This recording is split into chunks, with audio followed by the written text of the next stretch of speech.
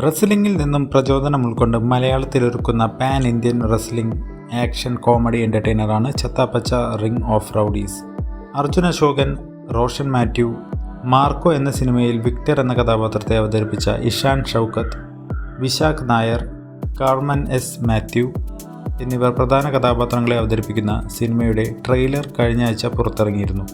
വലിയ രീതിയിലുള്ള വരവേൽപ്പാണ് ട്രെയിലറിന് സോഷ്യൽ മീഡിയയിൽ ലഭിക്കുന്നത്. ചിത്രത്തിൽ പ്രേക്ഷകരെ കാത്ത് ഒട്ടേറെ സസ്പെൻസുകൾ ഒളിച്ചിരിപ്പുണ്ടെന്നും ട്രെയിലർ സൂചിപ്പിക്കുന്നു.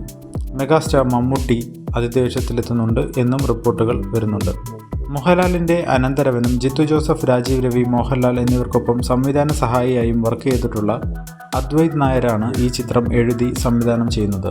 ഫോർട്ട് കൊച്ചിയിലുള്ള ഒരു അണ്ടർഗ്രൗണ്ട് WWE സ്റ്റൈൽ റെസ്ലിംഗ് ക്ലബ്ബും അവിടെ എത്തുന്ന കഥാപാത്രങ്ങളെയും അടിസ്ഥാനമാക്കി ഒരുക്കുന്ന ഈ ബിഗ് ബജറ്റ് ചിത്രം നിർമ്മിക്കുന്നത് റിയൽ വേൾഡ് എൻ്റർടൈൻമെൻറ്റിൻ്റെ ബാനറിൽ ഷിഹാൻ ഷൗക്കത്തും റിതേഷ് എസ് രാമകൃഷ്ണനും ചേർന്നാണ്.